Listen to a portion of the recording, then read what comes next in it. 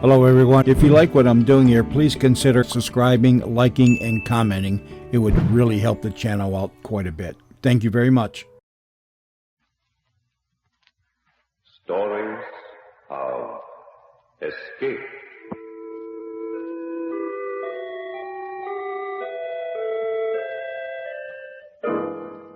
Escape. To get away as by flight. To break away, get free, or get clear from or out of detention, danger, or the like. To avoid or elude a threatened ill. To miss imminent pain, punishment, or misfortune. To issue from confinement or enclosure. Escape. Each week at this time, the National Broadcasting Company presents Escape. Stories of deliverance from evil. Drama of both fiction and real life.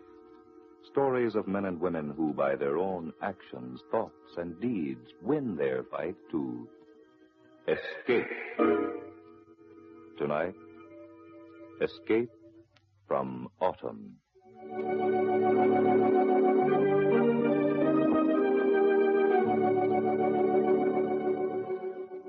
The hills were alive with color. From every slope, tapestries of gold and amber, fiery red and waning greens were bathed in the reflected glory of the setting autumn sun. Old Hank Morton leaned on the sprawling pile of rounded rocks that had once formed a boundary line between his land and that of his neighbor, James Evans.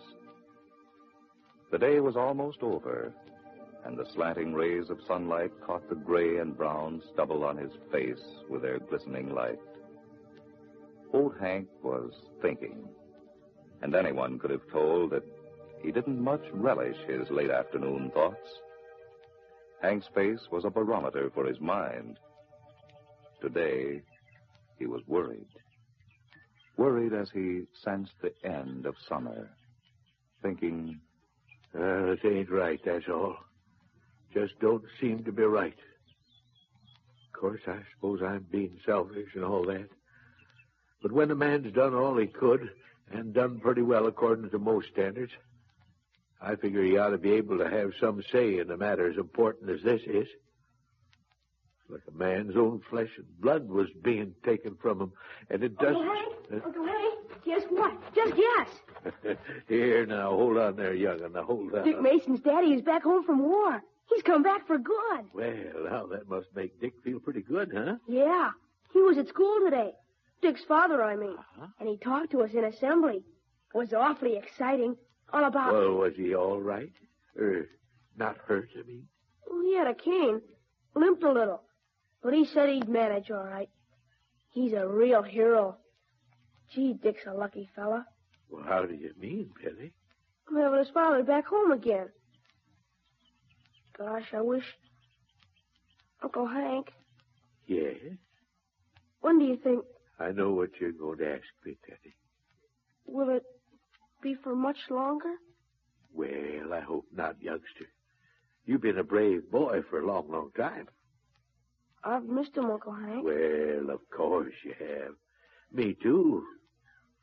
But nothing we can do about it, is there? Nope.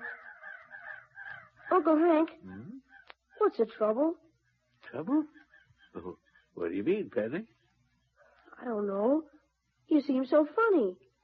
Not like you were all summer, but sort of solemn.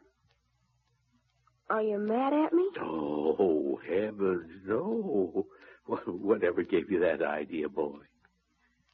Now, you get along with you now before I decide to exercise a little discipline now. I'm going. Hurry up with your chores, Uncle Hank. I'm hungry.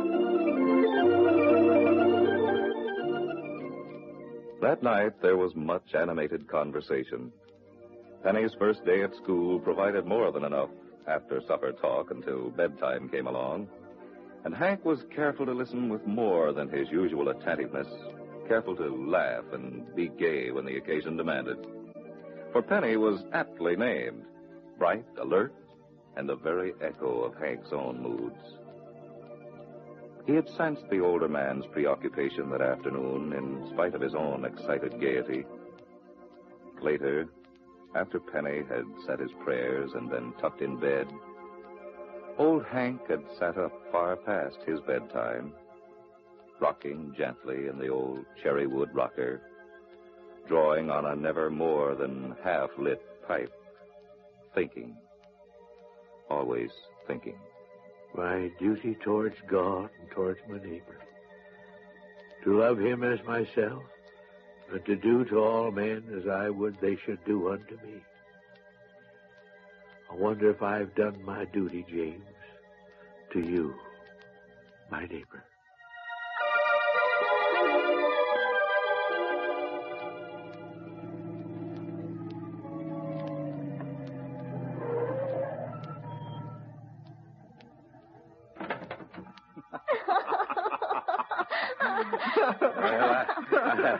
I guess you're James and Ellen Evans, huh?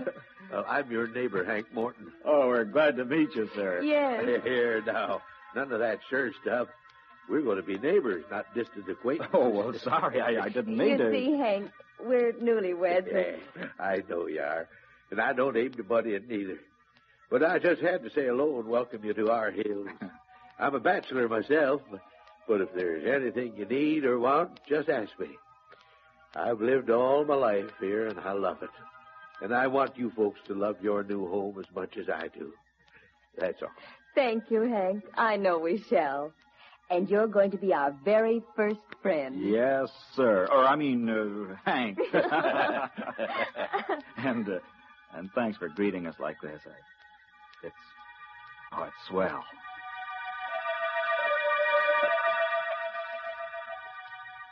But, Hank, darling, you shouldn't have done that. Why not? You've been keeping me in butter and eggs for weeks. What's a few logs of wood? A back-breaking chore. Oh, not for me.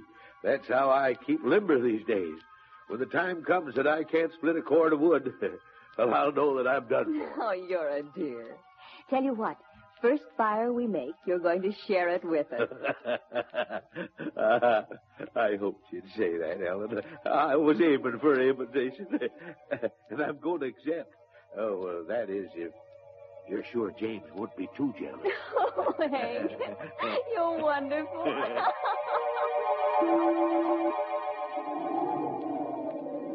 Looks like this is the real thing, Hank. Well, she's being a real fighter, James.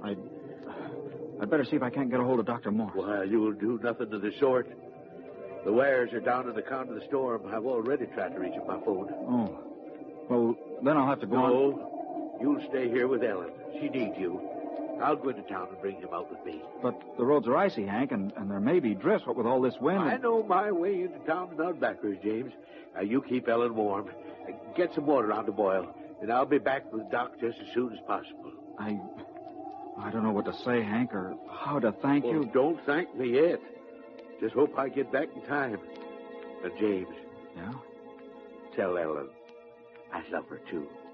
Tell her to keep her chin up.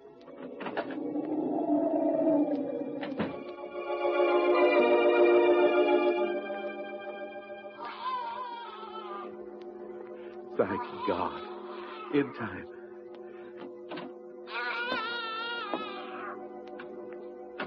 James,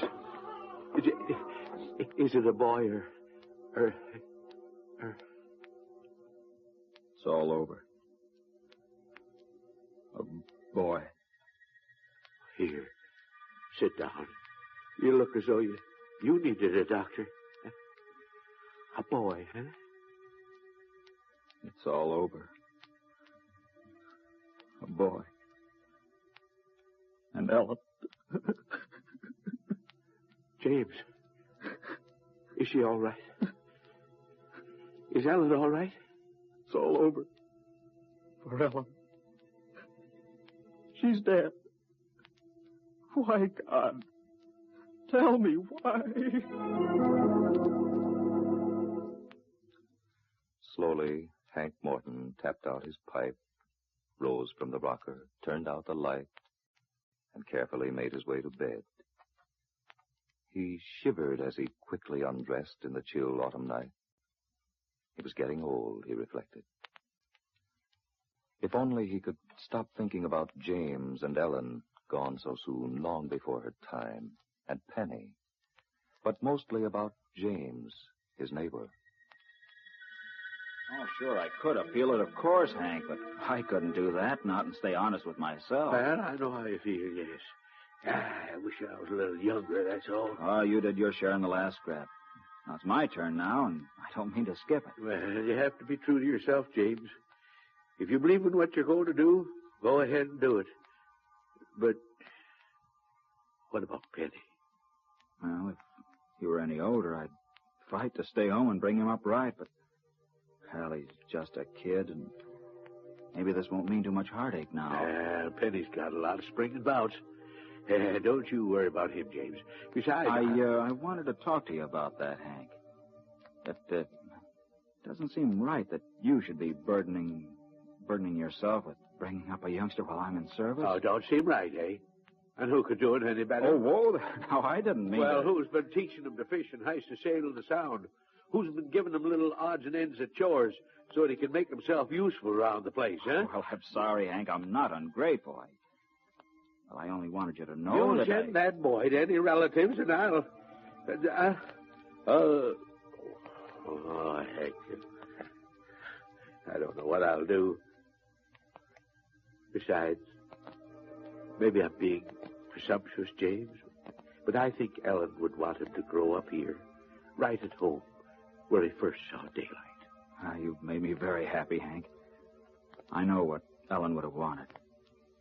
Now that I know you want it that way, too, that's how it'll be. Thank God for you, neighbor.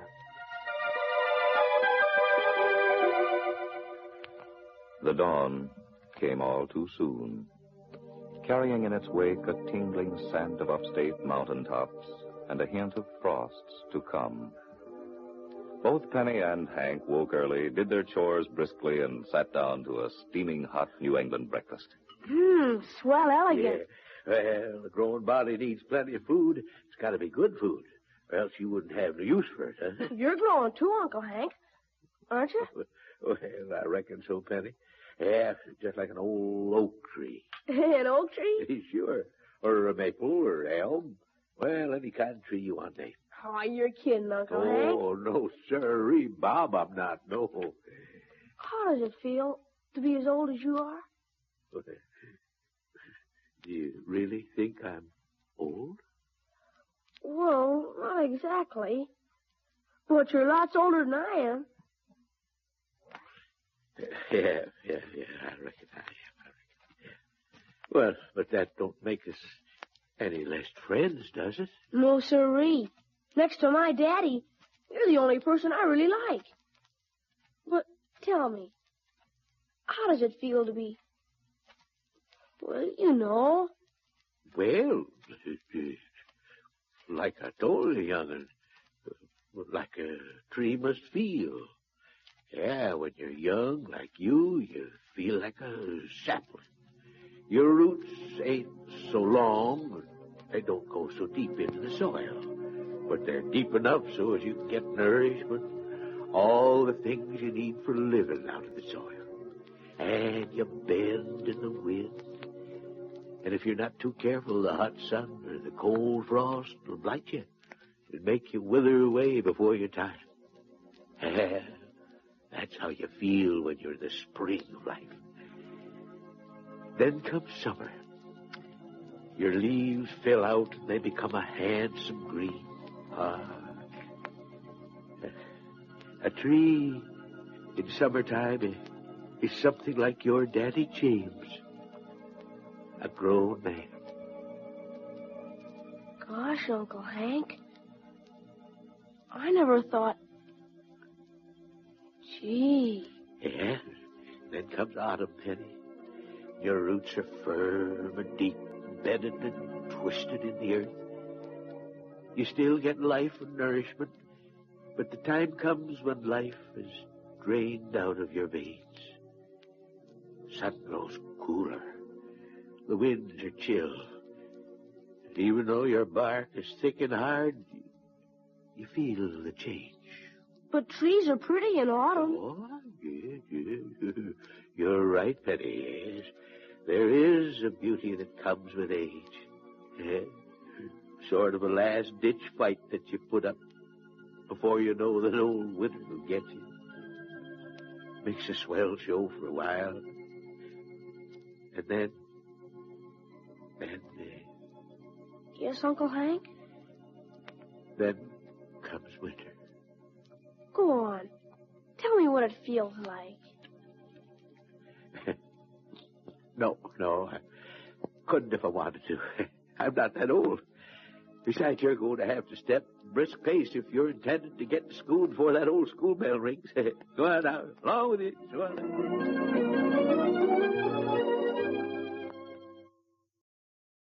The sun was rising higher in the heavens. Outside was peace, contentment, and rich fulfillment in harvest. But inside the house it was much darker. Penny had gone to school. Old Hank sat quietly at the breakfast table, thinking again. His gnarled fingers reached into one of the pockets of the tattered old vest which he seldom went without. They clutched a crumpled piece of paper, well read, only a few days old, but so well memorized he could almost hear the words coming from James' lips.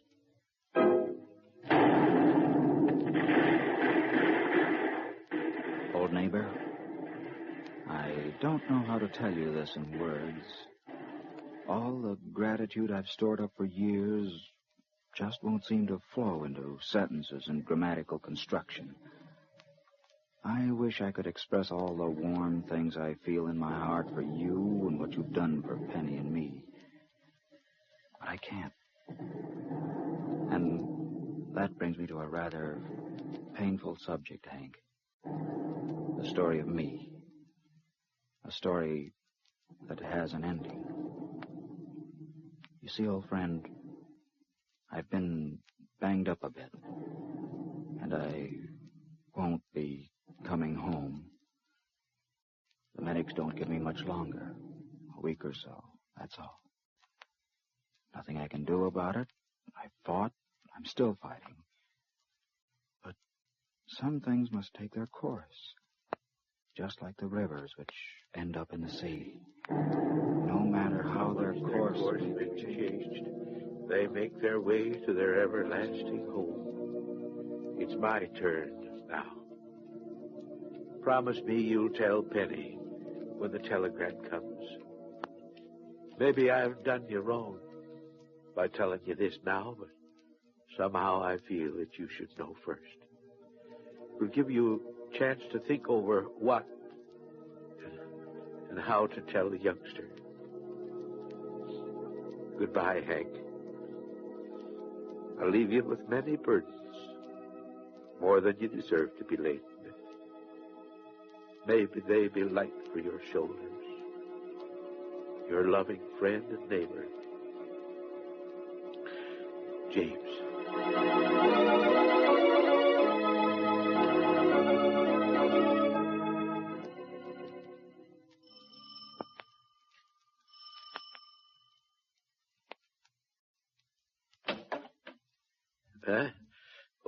Oh, hello, Elmer. Morning, Hank. Yeah, fine day. Fine out of day, huh? Yep, couldn't be better. Oh, Hank, I've got a... You got a wire for me? Afraid I have. It came ringing out from town. So it's come at last. Too soon. Ain't you going to open it? Huh? Oh, well, no, Elmer. Not yet a while, no. I know what it says. I'm sorry. Awful sorry, Hank. Yeah, me too. James was a fine man. You ain't going to tell the youngster for a while, are you? Not tell Penny? He's pretty young. You wouldn't want to hurt him more than necessary. Well, you're wrong about that, Elmer. I am going to tell him. But, Hank, It wouldn't be fair not to. Neither to James nor to Penny. You think it's wise, Hank? It's the only thing to do, Elmer. The thing is, well, how to do it.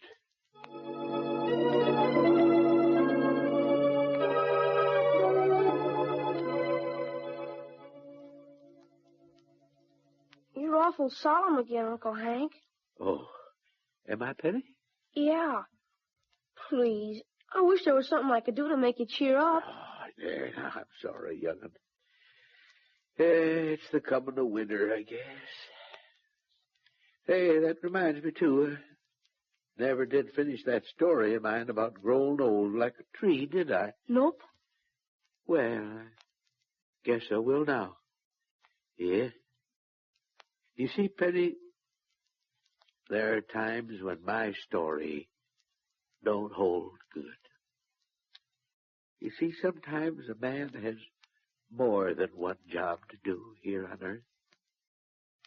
Maybe two big jobs. He finishes one. And God says, that's enough. The man's done his share. Maybe the other job is left undone. But there's always someone else to tend to it as part of his old job. Sometimes, too, the forest gets overcrowded. Some trees die so that others can reach the light, grow, live. That's the thing about winter, Penny. Sometimes it comes in a man's prime. I understand. Do you, boy? Are you sure? Yes, Uncle Hank. A telegram came today. What? Where from? Who sent it? Here, young. I haven't opened it. Maybe you'd better do it. All right. The War Department regrets. Oh, Uncle Hank. It's Daddy. James. He's gone. Yes, son, yes. You see, it's like I was telling you. Sometimes a man's job is done in his prime. Sometimes, when he goes, a little more light of the sun shines on those of us left behind. A little more life for us.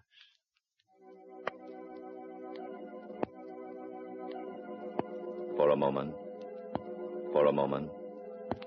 nothing more was said. Then Penny stood up, walked to the door, and went out into the autumn night. Old Hank made as if to follow him, and then thought better of it. A young man's grief is a solitary thing. There'd be time to share it, and to forget it. Hank busied himself about the house, tidying up the supper dishes, putting another log or two on the cheerful fire. He knew Penny would be all right. And now, for the first time in many months, he felt younger. His new burdens had overthrown the nagging load of the autumn of old age. Hank looked up at the autumn sky. Then he went inside, closed the door, and sat by the fire, waiting for Penny.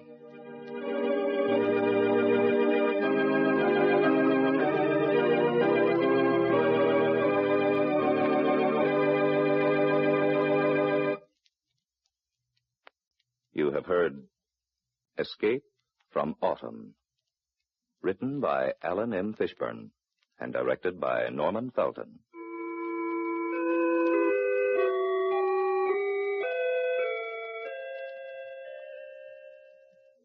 The National Broadcasting Company has presented another story of escape.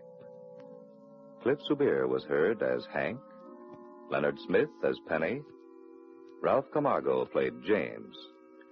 Your narrator is Cleve Kirby. Same station, NBC will bring you Escape from Royalty. This is the National Broadcasting Company.